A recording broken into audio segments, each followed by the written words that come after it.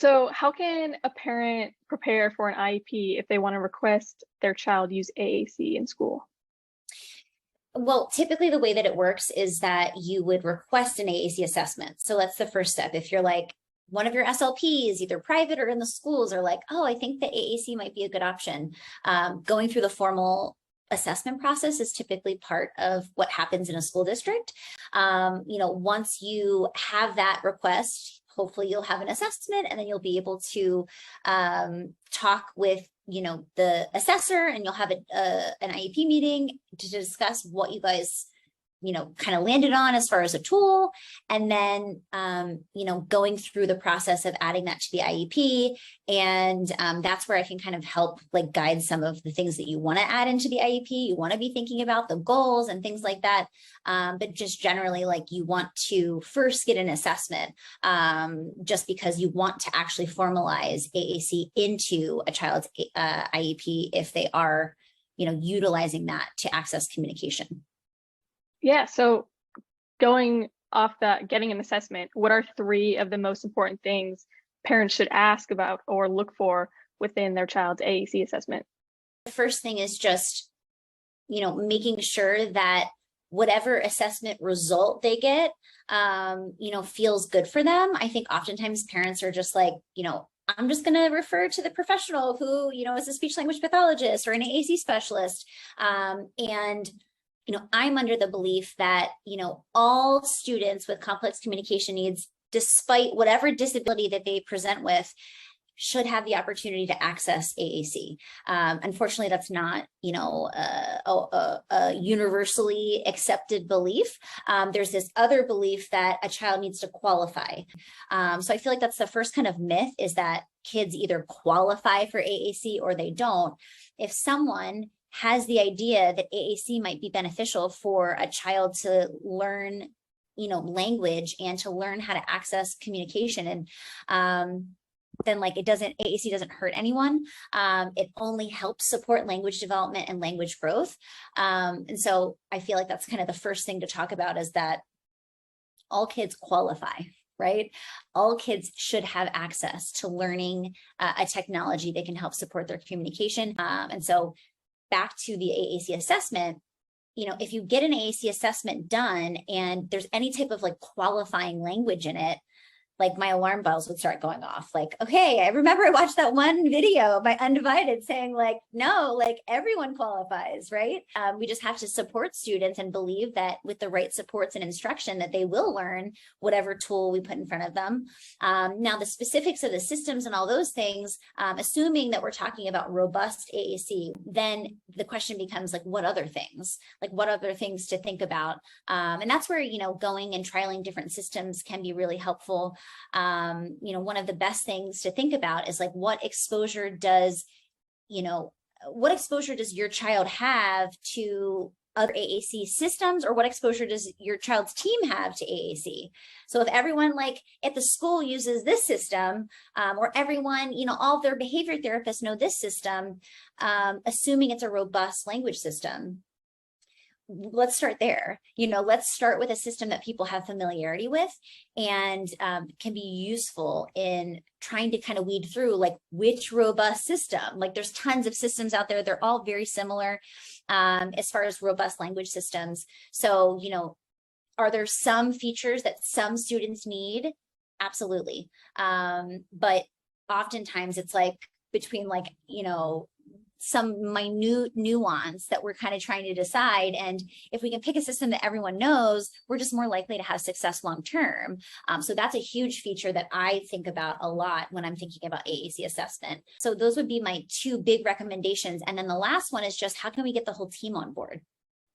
It should be a team dynamic assessment, meaning it's not just an AAC specialist coming in and saying okay, let me do a few things and I found something, right? This is the thing. Really getting input from the entire team on this student, what their needs are, where communication is, challenging for the student, and then coming together as a team and deciding, how do we feel about this? Which is typically the way it works. But I feel like oftentimes parents go into IEP meetings being like, okay, what was the result? What's the recommendation? Don't be afraid to, talk about the AAC's options that were trialed and selected, and to be a part of the process, because a good AAC assessment includes the entire team, because it's the entire team that needs to implement it. It's the entire team that needs to be like, yes, now we're going to use this system in the classroom and throughout a child's day. And so if you can get everybody on the same page in the assessment process, you're more likely to have success in the implementation side of things, which again is where AAC kind of falls apart. Going back to, I know you talked a little bit about like a robust AAC system having like high tech and low tech. Yes. How can parents think about both high tech and low tech in an IEP? Yeah. And, it's a really good point, because obviously I'm a huge advocate for like high tech, robust, like those are the systems that we know adults, with disabilities are using these types of systems. Like I can't find a single adult who's like, yes, picture exchange is the thing that I need to be successful in my life. Like no one's saying that. And so, I'm always advocating for high tech, robust AAC systems, but we can absolutely utilize, light tech systems and backup systems and things like that too. So when you talk to AAC users who are adults, which I have a podcast and it's called Talking with Tech, it's amazing. We've had lots of AAC users come on our podcast and talk about, here's what helped me, here's what didn't help me, here's my lived experience as an AAC user who's, kind of reached the end point. They have literacy skills, they have the ability to communicate just like you or I.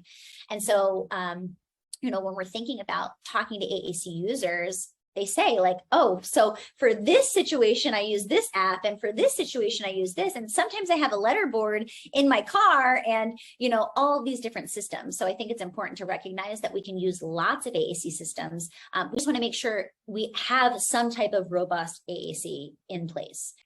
Yeah. So having them embedded in goals, like what are some examples? Like how can AAC be interwoven throughout all IEP goals, even ones that are not overtly about AAC? One thing that I like to put into goals is, when provided access, unrestricted access to AAC, student will do whatever, answer WH questions in response to reading passages, or, whatever the goal is. If there's some type of communicating involved or demonstrating knowledge, there's an opportunity to potentially put AAC in there as a modality. And again, it can be included in a list of modalities, signs, gestures, AAC, word approximations, all of those things can be included too. But, if there's any type of communication related to the goal, which we communicate all day long, and that's how we demonstrate our academic knowledge, right? We can incorporate AAC into the mix. And I like, again, having when given unrestricted access, because sometimes what we see in classrooms is like, oh, they're taking the device away because the child's stimming on it and all these things, and we want to just make sure that the child's communication system is always with them at all times, in front of them, being utilized by educators. So I guess flip side, what are some of the biggest mistakes that you see in IEPs around AAC? I'd say the biggest mistake I see is goals that just aren't really going to move the needle for communication. Thinking about a student with complex communication needs, we have to first get them understanding the power of language. And oftentimes our kids can do a lot of communicating with high levels of support and prompting. But if a child never learns that I have the autonomy and independence and the power to communicate completely independent of adult support, then they're just going to wait for us to tell them what to say, to tell us to go get their talker, all of those things. So one of the biggest goals that I add in is an independent initiation goal, utilizing AAC or whatever communication. It could be multimodality, right? Sometimes kids will grab your hand to initiate communication, or, they'll say something. If we don't have a strong foundation of independent initiation with AAC, we can teach vocabulary till we're blue in the face, and kids might even show us that, like, when you say this word, I can say it back. But it doesn't actually translate to kids being able to become independent, autonomous communicators. Right. What more about like what you do with parents. What's your process for coaching parents through the IEP process? Like, I know you do a lot before and after. The first step is I need to understand like the child, especially if it's like a consult or I'm like, tell me about your child. Oftentimes I personally will ask families to share videos of their child communicating and whatever that looks like. And, get a really good understanding of like, where's their language at? What are they saying spontaneously? It's like a big topic of conversation. Like, yeah. Can they say that? Can they say it on their own? That's a whole nother kind of can of worms and conversation.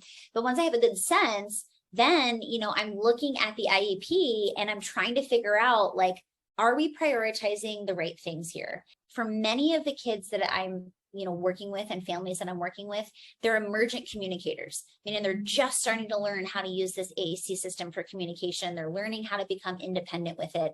And in a school setting, part of the challenge is, and you'll hear your whole school team say, well, we have to use it to support academics. But the problem is, if we make all of these goals super academic, we're missing students because we're not focusing on things they're motivated by. And the first step in communication and understanding the power of an AAC system is, wow, this is like this magic box that gets me whatever I want. Like, I wanted to watch that YouTube video, I got it. I wanted to listen to my favorite song on Spotify, I did it. I learned that like I have the power to communicate what I need and what I want and what I'm thinking about on my own. And so if we jump to like colors, numbers, letters, these things that like maybe kids aren't that motivated to communicate about, it'll appear as if AAC is not working. It's like, oh, they can't use it. Like, well, what are we asking them to communicate about? If we're only asking them about colors and numbers and letters, and they don't care about those things, then of course it's going to look like it's not working. But it's because we have to build a foundational understanding that my words have power. I get to say what I want to say, not what someone else wants me to say. And, when I say those things, amazing things happen in my life. Like I get to, control my environment. I get to say, no, I don't want to do this anymore. So teaching that foundation of like, my words have power and, getting, not so hung up on the academics yet. So I know you've dropped so many wonderful bits of knowledge throughout this whole thing. Is there anything like more advice that you'd love to share with parents? Knowing that any child, despite their disability, can learn how to communicate in some way, usually using AAC if it's a complex communicator who doesn't have, consistent access to verbal speech. And so, you need to believe that as a parent. And, myself, I believe that for every child that walks into my office that I'm working with, I start with the belief that change is possible and that all children can learn how to communicate. It's on me to figure out, like, I need to find something motivating. I need to find the right tool. I need to support the student and not expect it to be a super fast process sometimes. It takes a lot of time and repetition and, patience to see progress sometimes. But really believing that change is possible. And then really making sure that the professionals that are working around your child believe that too. And it's easier said than done. And a lot of what I'm doing is like, really trying to change mindsets and limiting beliefs, because we have to believe that change is possible. Otherwise, like, we'll be right. It won't be possible because we won't have given students the opportunity to show us their true potential. And so really trying to advocate for that and celebrating those small wins. Like sometimes it takes a long time and like we want this quick fix. We saw some Dateline special at one point that was like, they were locked in and now they have a device and they're communicating and they're writing books. That's not the typical trajectory. Like we need to, yes, give the right technology, but it's not a quick fix. It's something that takes hours and hours of teaching and learning and patience for our kids to learn. But all of that time is so well spent when you finally have the opportunity to hear your child say, like, I'm hungry, or I love you, or I need a hug, or I'm sad. So believe that kids are capable and they have the potential to communicate, and, make sure that your team around your child really believes that. And I think that that's like my biggest piece of kind of encouragement is change is possible. It sometimes just takes a little bit of time and patience and energy, of course, but we can make change happen. I've never met a child not able to learn how to communicate. Sometimes it takes a long time, and I'm like, and I tried this and that didn't work, and I tried this, and now I need to teach the team how to use this. There's a lot of roadblocks and challenges, but I've never met a child not able to learn how to communicate.